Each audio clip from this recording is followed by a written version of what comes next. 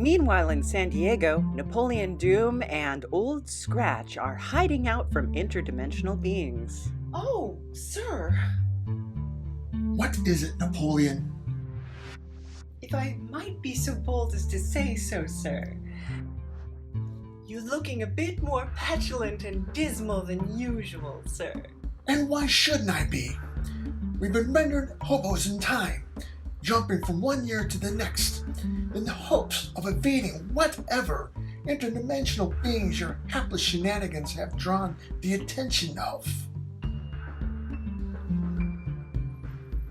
What?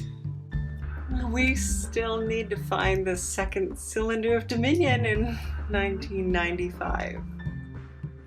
Oh yes, how could I have forgotten? Well, forgive me if I'm not brimming with excitement to ring in good old 1995 for the what is now third time in my life. I know what will cheer you up, sir. Let's get on the interdimensional view portal and take a look at our analytics. That always cheers you right up. We haven't made a new episode since March of last year because someone allowed the studio to be infiltrated by... Ta-da! Wait a minute, we're up? It would appear so, sir. It seems something must have reawakened the memory of the people, sir. Plus, you are a man of wealth and taste, like the old song says, sir. Yes, true. Rare find online, to be sure. It's probably a trick by the interdimensional overlords or Soviet vampires to lure us out of hiding. Oh, no doubt, sir.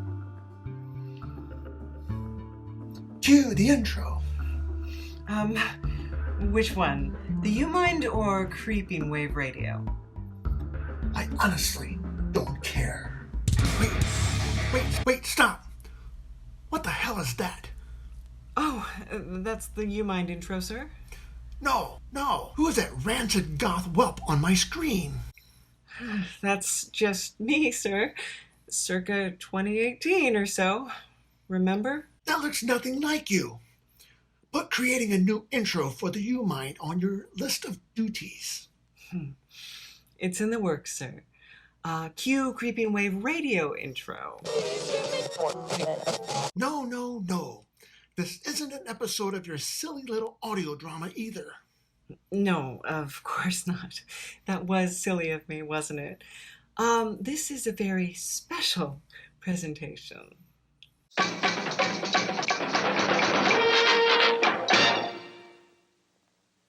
The Lucid Net Productions proudly presents Christmas in Hiatus. Now, you may or may not know that we went on hiatus in March of 1995 for us and 2021 for you. Because... Napoleon! Hey, Scratch. Just finished up that interview and... Regale me with the finer details later. We've got a crisis on our hands. Look! No luck fixing the camera, huh? Confound the camera. Look inside of it. Okay, so it's infested with rock candy crystals? They're not candy, but they are crystals. Scribe crystals. Why are they all glowy like that? Because they're recording everything you say, every thought you have, every image you see. It's all captured within these crystals and transmitted to whoever seated these things inside your camera. Wow, they're really putting on a light show, huh? Indeed. They seem to have been excited by the snippets of music you played for your podcast. They're goth crystals, sir? No. They're feeding off your ether, or rather on the energetic frequencies those songs induce in you. Here, sing your idiotic pizza bagel song and sing it with passion. Pizza in the morning, pizza in the evening, pizza at supper time. There, look. Do you see? Okay, wow, that's bright. I've never seen anything like that. I have. But not in this dimension. Not until now. Okay. This is deadly serious, Napoleon. The podcast will have to go on hiatus. We can't risk playing into our adversary's hands. Oh, no, not the podcast. Whatever will I do without it? And that wasn't so great. Since then, Scratch has been taking me on all sorts of time-hopping adventures, trying to keep me away from the computer. AOL Instant Messenger is a notorious portal to evil. And ICQ, of course. Oh, it goes without saying. So I decided to take my charming apprentice here to spend Christmas in San Diego's U.S. Grant Hotel. A little history lesson? Must you? It all started with Fanny. Fanny? Mm-hmm. Fanny Chaffee Grant, daughter of Colorado's first Senator Jerome B. Chaffee, and beloved wife of Ulysses S. Grant Jr., son of... Ulysses S. Grant? The very same. Oh, speak of the devil, there's Scratch next to one of two existing portraits of Ulysses S. Grant. The other is in the Smithsonian. But back to Fanny. She purchased the property from real estate mogul Alfonso Horton and deeded it to her husband, and in 1910, the U.S. Grant Hotel was born. There's Scratch off to our room. Now the rooms here are very unique. Each one has an original work of art on the headboard by Yves Clement, who is a master of what he calls action painting, where he drips the paint into a specific shape. All these pieces are original, and the whole theme of this hotel is very modern meets classic, as you can see from the bathroom. Very clean, very modern, but sophisticated. So we headed down to the Grant Grill, which is the in-hotel restaurant, opened in 1951. It used to be guaranteed that there were no women until 3 p.m. until in 1969, a group of lawyers staged a sit-in, female lawyers that is, and now it's open to everybody. Right here, this used to be part of a speakeasy. That was the entrance to the speakeasy, but it disguised itself as a little nook. Here is the restaurant. It is pretty phenomenal, I have to say. And not just the decor, here Scratch helps himself to some focaccia bread, which is fun to say, and tried out the pan-seared veal loin with chanterelle mushrooms and goat cheese bread pudding. I went for the barramundi with Japanese sweet potatoes, baby bok choy, and yellow curry. For dessert, Scratch jumped on a blackberry cobbler with lavender syrup, house-made vanilla ice cream, and I got a cheesecake. But not just any cheesecake, a Basque cheesecake with bourbon cherries and caramelized yogurt. In the lobby, this antique mailbox is fully functional, so write your friends, let them know where you are. And really, the Grant is just an amazing place to sort of wander around and explore. You can get a guided walking tour pamphlet up at the front desk, and it'll teach you about all the history and all the beautiful sites that are on the premises. Now, the land the hotel is on was originally owned by the Kumeyaay, and in 2003, the Sycuan band of the Kumeyaay actually purchased the land back, and now you can see all these beautiful artifacts on display in the hotel. While we were exploring, we checked out the Presidential Ballroom, which they were setting up for a holiday party, but we got to go in. Just look at those ceilings. Now, there is a long history of presidential guests. Over 14 presidential guests have stayed in this hotel, and they're honored by portraits that appear outside. John F. Kennedy, he's having a moment, I hear. Then we have LBJ, kind of the President Time Forgot, and Nixon, I love him in Futurama, and of course, like the First Ladies also stayed there. This actually was, the hotel was the location of one of Franklin Delano Roosevelt's fireside chats, which is pretty cool. It used to be host of the two tallest radio towers on the West Coast back in the 1930s, so that's pretty great. Now, this right here is the Palm Court Ballroom, and it was traditionally the dining room for the hotel, but in the 50s it was converted into a coffee house. It's a ballroom now. Now, follow me. If you go downstairs, there is my favorite room, and this is the corridor leading up to it. Look at those beautiful ceilings and that chandelier and this tile work. I just love that kind of Eastern influence, very Venetian, very and just take a look at these gilded doors. Now this door leads you to the Crystal Ballroom with those travertine floors. Now a lot of this is recreation, including the ceiling, which was redone in 2006 by the artist Hampton Hall to give it that Art Deco feel.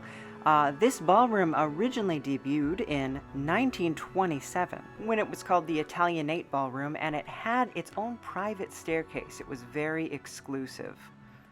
Well, I am turning in for the night, so I will talk to you tomorrow. And it is tomorrow! We're back in the Grant Grill getting ready for some breakfast and just drinking in the artistry all around us. This is a very unique work of art that we found up here, so I decided to get a cappuccino with a rock candy stir. And Scratch is having some waffles for breakfast, which is pretty delicious. I had a quiche, of course. Now, more exploring. Right here is a time capsule that actually was lost until 2005 and it was returned to the hotel. It used to be in the archway of the Broadway entrance for the hotel, and I just disappeared one day and nobody knows it. Come, Napoleon. We have to leave now. But my luggage is upstairs. They're in our room already waiting for us. Well, what do we do? We need to leave now. You mean teleport? Exactly.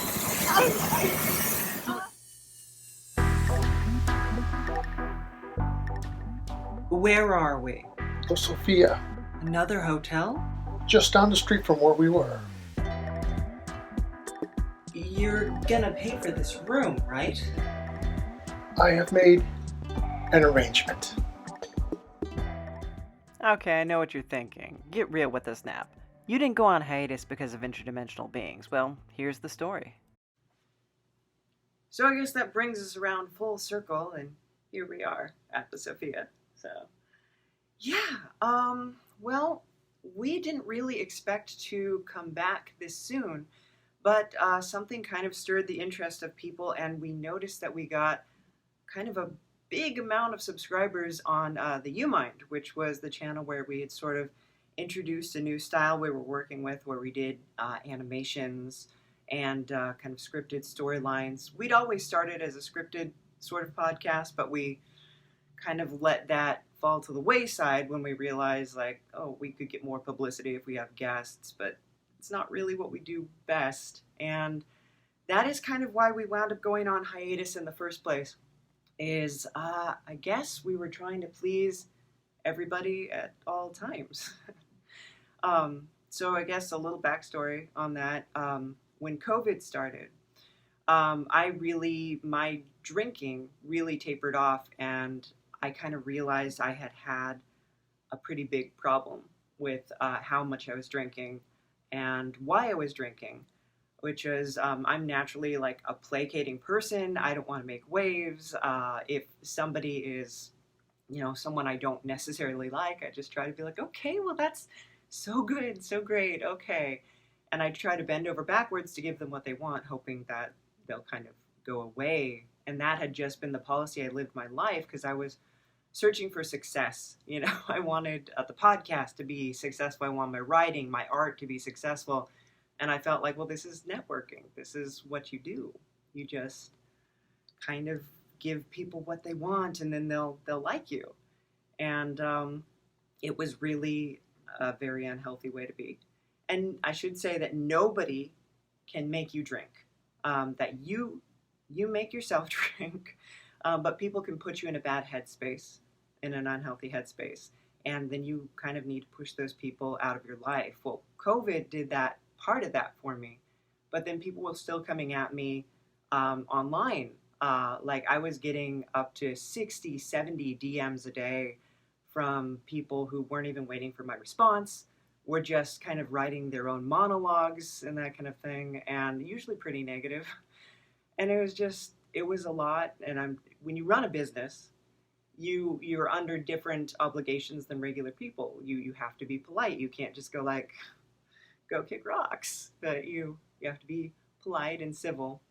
And it was a lot to deal with.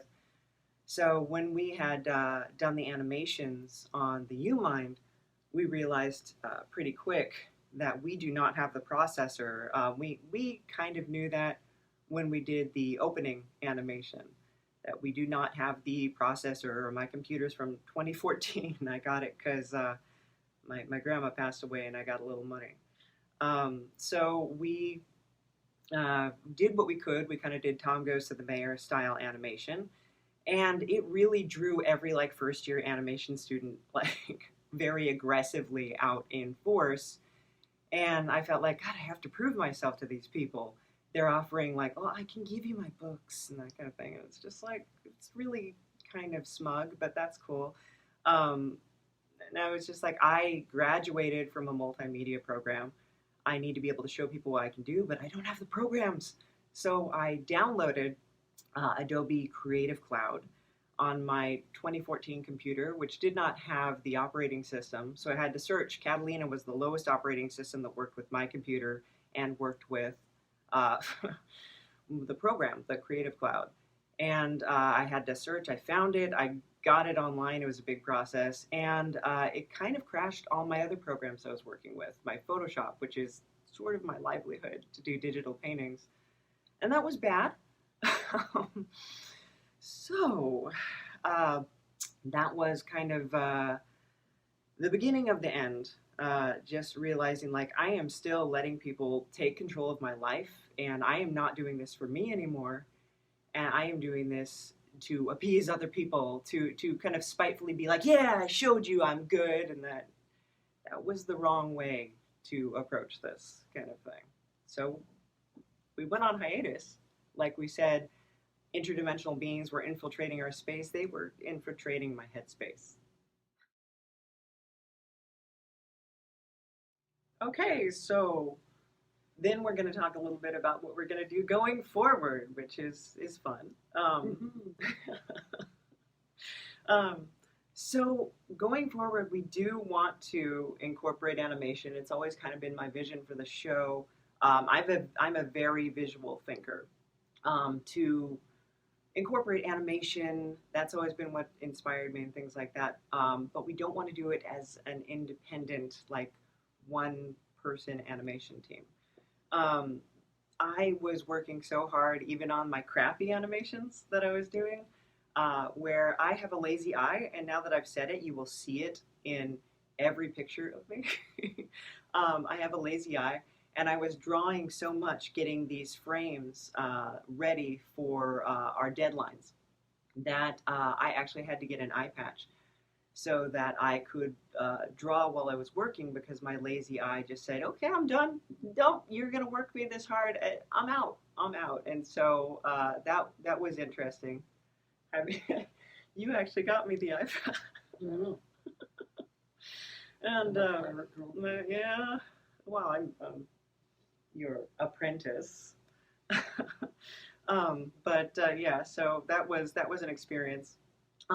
And it's just too much labor for maybe like 100 likes if it's an episode where we're collaborating with other people and they're bringing more attention onto us. Then a lot of times we have like 5 likes for something, and it's like, why am I doing this to myself?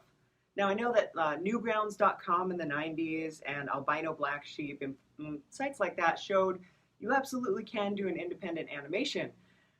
It's do I want to? And I don't. I would rather work with a team, which is frustrating with me because I'm a very independent person. I'm a very introverted person. But doing the scripted audio drama, Creeping Wave, has helped me get through that a little bit. I know that I can talk to people and I can work with people without just bending over backwards and going, oh, if you want the character to look like that, that's what we do. Oh, good, yay, that kind of thing. So, and so we are kind of pitching to investors, pitching to sponsors, trying to hook up with people who have connections, who've been through the process before, who know how to get this series bigger. And we're still in the works to do the audio drama, Creeping Wave Radio, but there is a lot of research involved in this. The story is a little more ambitious than we've done before. And there's historical research, which sounds silly because it's in 1995. There's still historical research. I had a joke about Pokemon in there. And I was rereading it, and I was just like, okay, you know what? I don't think Pokemon was around yet. And I think it was around, but it wasn't in the common American diet of animation. That was not till 1997. So I was like, okay, that wouldn't have been something somebody would have referenced at that point. So we got to take that out. I'm also trying to tie in Lost Bread comics, which I really haven't done for the longest time, into our storyline, because originally it was all a novel that I was writing, and that's where the story comes from. This has been such a work in process, and trying to find the right format to get it out to people to where they'll care about it. Um, so trying to tie Lost Bread into the plot line, which kind of means rebooting Lost Bread. I started it out as a comic for Grammarica. There's a lot of Grammarica tie-ins and gags, which is super fun, and that's still going to exist. It's just we're going to kind of try and move it in a little bit of a different direction with a reboot. We're also soft rebooting the U-Mind, I guess. We want to do more scripted stuff, more skits and bits like that. We're still going to have guests, but they're going to be shorter segments. I feel like it's not as interesting to me to have a guest for like a whole hour, and I think it's a lot for other people to digest as well. And there's other shows that do that, so it's fine. But we don't necessarily want to do that with our property. We kind of want to move in a more fictional direction, and that's what we're kind of trying to piece together right now. It just involves putting together a lot of work and making sure everything's cohesive. So then, where is the story of Creeping Wave Radio, Lost Bread, the U-Mind? Where is it going? I guess the direction I'm trying to head has always been how Napoleon, their life journey, like mine, because I am Napoleon, it's always been about they learned pretty early on that you're too different and you're too weird to do things your way. You're going to hurt somebody. You've got to stop. And so they learned really quickly to just be like, oh, yes, sir. Oh, that's good. Okay, wow. And just do what people want, and that nobody gets hurt and everything goes smoothly. This cycle is going to be kind of Napoleon coming into their own power as they're training with Old Scratch, as they're training with Marco A. Shatter, and realizing, like, instead of just completely shutting myself off, I can actually control what I am, and I can be who I want to be, and I don't have to let people tell me who I am. I don't have to let people say, "What that isn't really you. Let's find something else." That kind of thing. I can be like, "Yeah, no, this is me. This is who I am. This is who I want to be," and making my own decisions in life, and that is where the plot line of Creepy Wave Radio is going to be going. Which is a little scary, because it's a much more intimate story than I have been doing before. A lot of times it's been kind of silly, and it's still going to be silly. It's still going to be dark. It's still going to be creepy. That sums you up pretty well.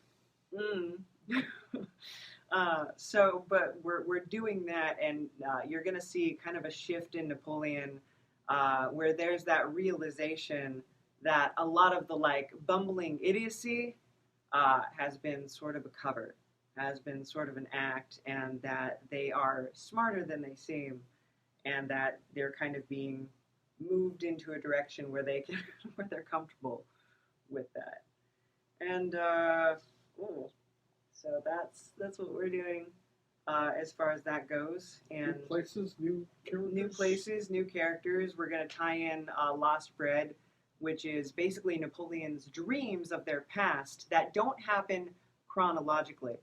But you have to outline it chronologically. So it's quite a lot of work outlining everything that's happened from Napoleon's birth in 1880, or their known birth in 1880, to the present day, and then presenting that in the comic book format, where they're having that dream.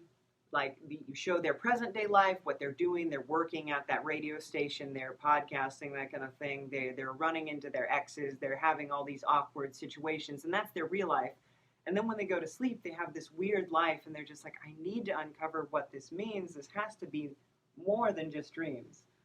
But so there's a lot of chronology that goes with that. And then with the U-Mind, trying to tie it in a fun, silly, cute kind of way where it's more scripted, but we are going to there's going to be guests. So it's just going to be not so heavily focused on the guest because you sort of retread the same water a lot of the time, especially because we're interviewing a lot of artists, a lot of musicians, that kind of thing. And so we do want them involved.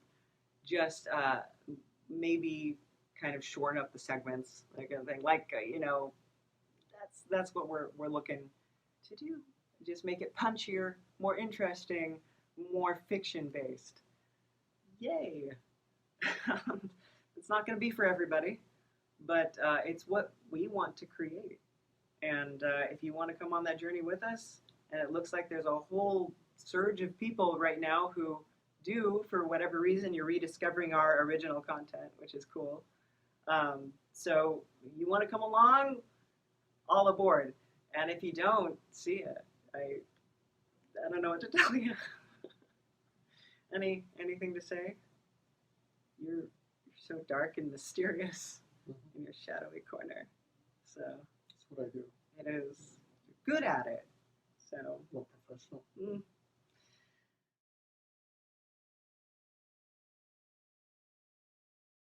So you might be thinking, does that mean there's not going to be a show until everything comes together? No, because what we're doing right now is we're going to bring you along on the process with us, and this is our first step in doing that. So we're going to be bringing you along in the process, showing you the scripting, testing out some scripts, maybe with some actors, things like that.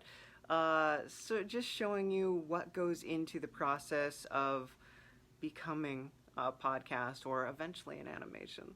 So, yeah. Oh my gosh, this is scary. Okay. That's what we're going to do. Bye.